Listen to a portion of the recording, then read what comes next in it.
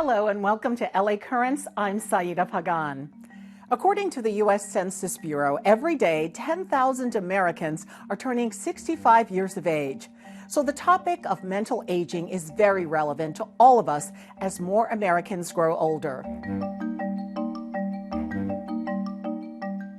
Today we are joined by two leading researchers in this field. Thank you both for joining us. Thanks for having us. Now, we know that both of you work at the Alzheimer's Disease Research Center. Tell us a little bit about this center. Let's begin with Dr. Ringman. Sure. So back in the 80s, the National Institutes of Health identified aging as a significant issue and then established a network of centers funded with taxpayer money to study Alzheimer's disease and cognitive aging and aging in general. So the USC was one of the first centers funded at that time, and we've continued to be an Alzheimer's disease research center since then.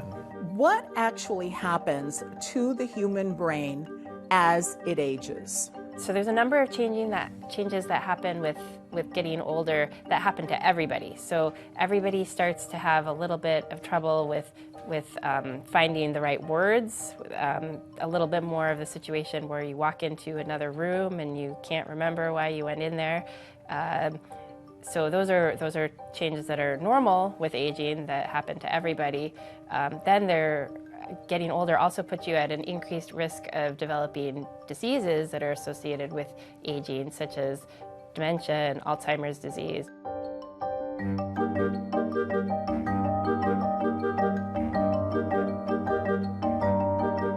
And Dr. Ringman, what is actually happening to the brain? We mentioned some symptoms, but what's actually happening to the brain as we age?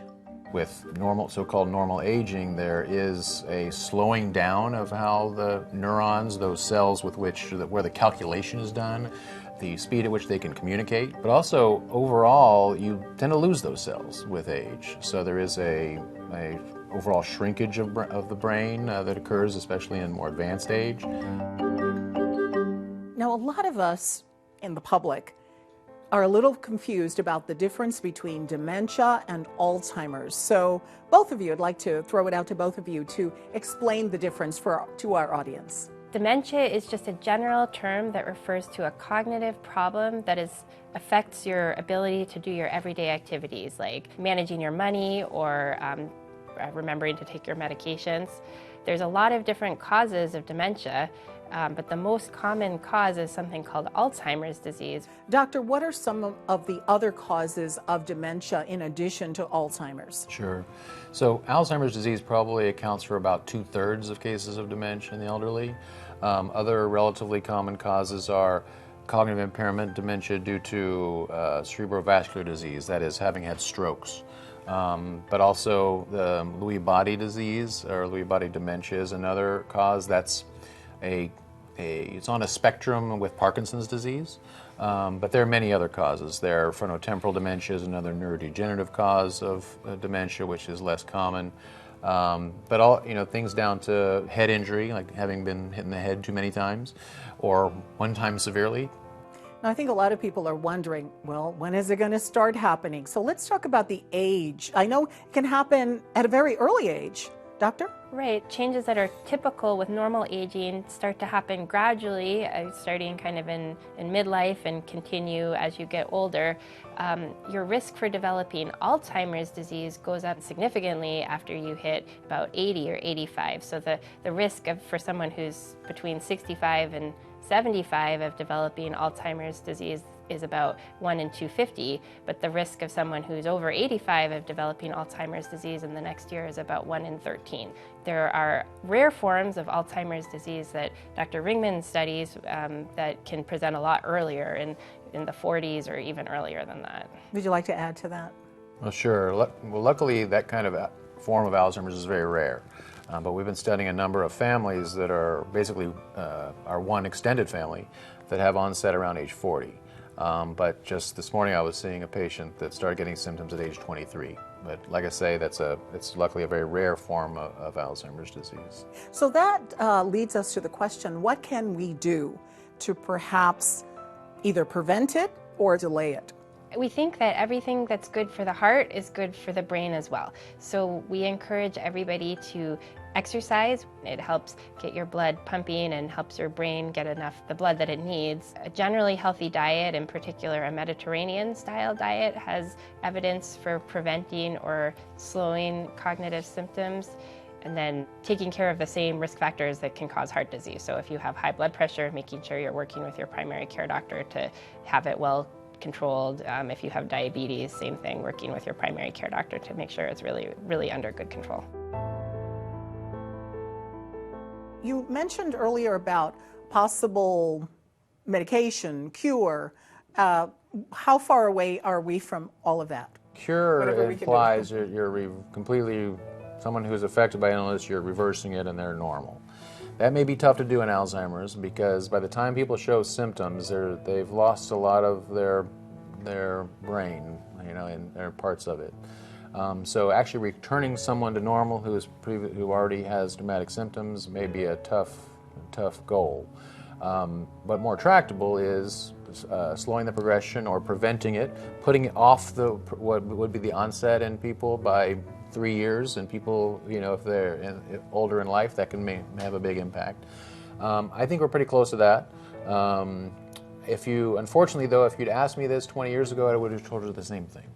So we'll see. I think we're on the right track. I think because of some recent drug study failures, I think we're opening up our mind as to what avenues to pursue, and I think that that's gonna, in the long run, is gonna lead to treatments or preventive measurements, which may be combined treatments. There may not be one thing we can do to prevent Alzheimer's, but it may have to engage in a combination of things.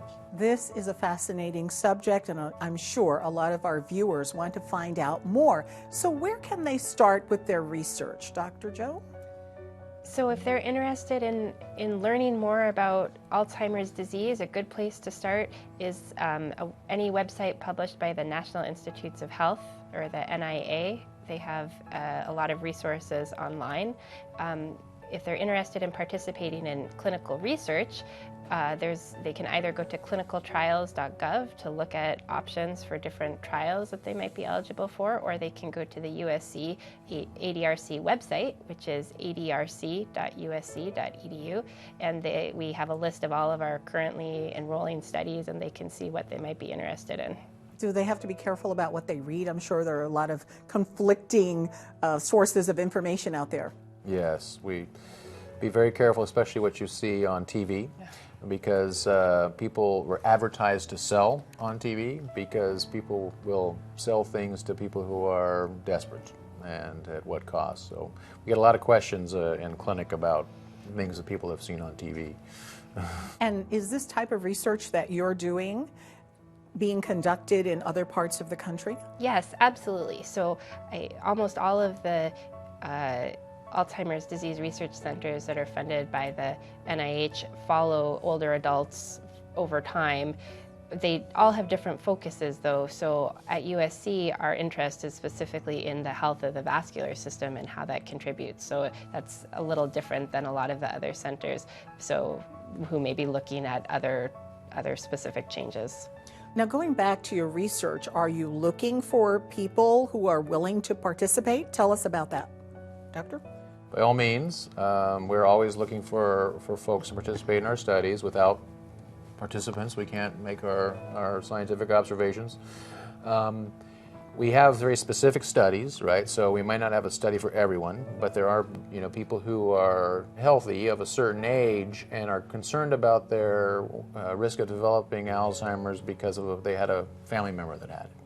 So whether it's a highly genetic form or a late onset form, that tends to drive a lot of our studies and enrollment therein.